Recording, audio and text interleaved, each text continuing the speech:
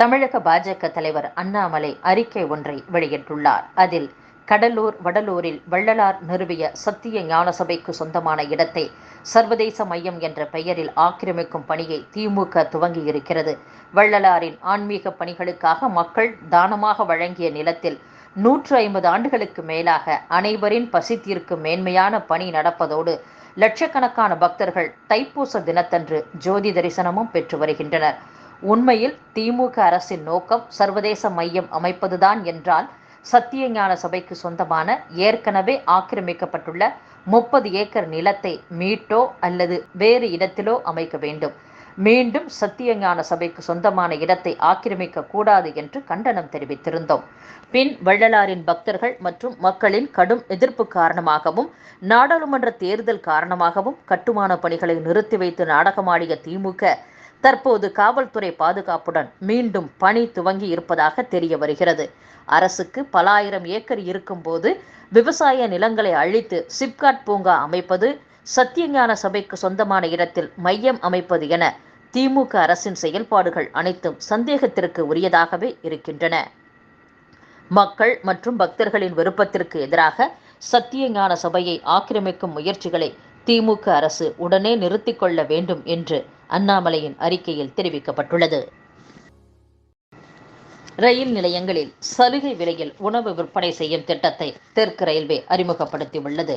அதன்படி சென்னை கோட்டத்தில் ரயில் நிலையங்களிலும் திருச்சி கோட்டம் 3, சேலம் கோட்டம் 4, மதுரை கோட்டம் 2, பாலக்காடு கோட்டம் 9, திருவனந்தபுரம் கோட்டம் 11 என தெற்கு ரயில்வே சார்பில் முதல் கட்டமாக 34 ரயில் நிலையங்களில் இந்த திட்டம் தொடங்கப்பட்டுள்ளது. சித்திரை மாத பௌர்ணமியை ஒட்டி திருவண்ணாமலையில் நேற்று அதிகாலை முதல் இன்று அதிகாலை வரை பல லட்சம் பக்தர்கள் கிரிவலம் வந்து அருணாச்சலேஸ்வரரை வழிபட்டனர். தமிழக பொதுப்பணித்துறை அமைச்சர் ஏவா வேலுவின் மனைவி தலைவராக உள்ள கல்லூரிக்கு வழங்கப்பட்ட உரிமத்தை ரத்து செய்ய மறுத்துள்ள சென்னை உயர்நீதிமன்றம் வழக்கை முடித்து வைத்துள்ளது. நாடாளுமன்ற தேர்தல் முடிவடைந்த நிலையில் அதிமுக நிர்வாகிகளுடன் அக்கட்சியின் பொதுச் செயலாளர் எடப்பாடி பழனிசாமி ஆலோசனையில் ஈடுபட்டார். சென்னை மற்றும் அதன் புகர் மாவட்ட நிர்வாகிகளுடன் ராயப்பேட்டையில் உள்ள கட்சி அலுவலகத்தில் எடப்பாடி பழனிசாமி ஆலோசனை நடத்தினார். இதில் மூத்த நிர்வாகிகள் டி. ஜெயக்குமார், ஆதி ராஜாராம், நா. பாலகங்கா, விருகை வி. என். ரவி உட்பட பலர் கூட்டத்தில் பங்கேற்றனர். சென்னை மற்றும் புகர் தொகுதிகளில் அதிமுகவின் வெற்றி வாய்ப்பு தொடர்பாக நிர்வாகிகளிடம் எடப்பாடி பழனிசாமி கேட்டறிந்ததாகவும், அப்போது வாக்கு எண்ணிக்கை மையங்களில் உள்ள முகவர்கள் கவனத்துடனும் விழிப்புடனும் இருக்க வேண்டும் எனவும் நிர்வாகிகளிடம் அவர் அறிவுறுத்தியதாகவும் கூறப்படுகிறது. சென்னை அல்லாத பிற மாவட்டத்தின் நிர்வாகிகளையும் விரைவில் சந்திக்க எடப்பாடி பழனிசாமி முடிவு செய்துள்ளதாகவும் கூறப்படுகிறது. வெப்ப தணிப்பு திட்டங்களை செயல்படுத்தி கோடை வெப்பத்திலிருந்து மக்களை காக்க வேண்டும் என்று வலியுறுத்தி முதலமைச்சர் மு. க. ஸ்டாலினுக்கு பாமக தலைவர் டாக்டர் அன்புமணி ராமதாஸ் கடிதம் எழுதியுள்ளார். தமிழகத்தில் IAS பணிக்கு தேர்வு எழுதும் மாணவர்களின் எண்ணிக்கை கணிசமாக அதிகரித்துள்ளதாக முன்னாள் IAS அதிகாரி R. ரங்கராஜன் தெரிவித்துள்ளார். வெயிலின் தாக்கம் மிக கடுமையாக இருப்பதால் மக்களின் தாகத்தை தணிக்கும் பொருட்டு தமிழகம் முழுவதும் தண்ணீர் பந்தல்களை அதிமுகவினர் அமைக்க வேண்டும் என்று அக்கட்சியின் பொதுச் செயலாளர் எடப்பாடி பழனிசாமி அறிவுறுத்தியுள்ளார். சென்னை பல்கலைக்கழக துணைவேந்தர் நியமன விவகாரத்தில் அதிகார அமைப்புகளுக்கு இடையிலான பிரச்சினை காரணமாக மாணவர்களின் கல்வி பின்னுக்கு தள்ளப்பட்டு விட்டதாக சென்னை உயர்நீதிமன்றம் வேதனை தெரிவித்துள்ளது. தமிழகத்தில் வரும் கல்வியாண்டில் BE, BTech, BArch உள்ளிட்ட பொறியியல் படிப்புகளுக்கு கலந்தாய்வை நடத்துவதற்கான ஒருங்கிணைப்பு குழுவை அமைத்து உயர்கல்வித்துறை அரசாணை வெளியிட்டுள்ளது.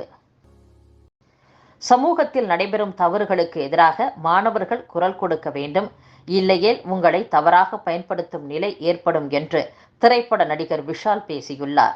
மேலும் எனது புதிய திரைப்படத்திற்கு சான்று வழங்க central board of film certification அமைப்பைச் சேர்ந்த சிலர் மும்பையில் என்னிடம் லஞ்சம் கேட்டார்கள். அதை எதிர்த்து தனி ஒருவனாக குரல் கொடுத்தேன்.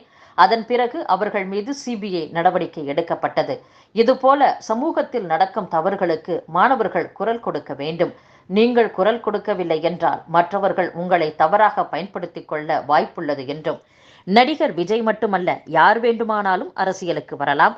தேர்தலின் போது வேட்பாளர்கள் வாக்காளர்களுக்கு பணம் எப்படி கொடுக்க முடிகிறது என்பதை மக்கள் நன்கு அறிவர். எனவே இனியும் மக்களை அரசியல்வாதிகள் ஏமாற்ற முடியாது.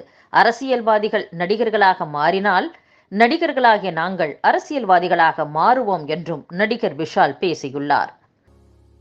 பிரதமர் மோடி உண்மையின் வழியில் நடக்க தவறிவிட்டார் என்று காங்கிரஸ் தேசிய பொதுச் செயலாளர் பிரியங்கா காந்தி தெரிவித்துள்ளார். ஒரு காலத்தில் தலைவர்கள் மேலானவர்களாக காணப்பட்டார்கள். ஆனால் இன்றைக்கு நமது நாட்டின் மிகப்பெரிய தலைவர் அறநெறியை காற்றில் பறக்கவிட்டு மக்கள் முன்பாக நாடகமாடி கொண்டிருக்கிறார்.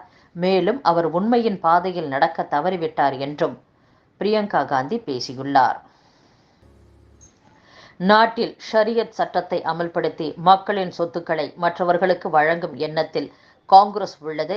அக்கட்சியின் தேர்தல் அறிக்கையில் இந்த வாக்குறுதி தெரிவிக்கப்பட்டுள்ளது என்று உத்தரப்பிரதேச முதலமைச்சர் யோகி ஆதித்யநாத் குற்றம் சாட்டியுள்ளார்.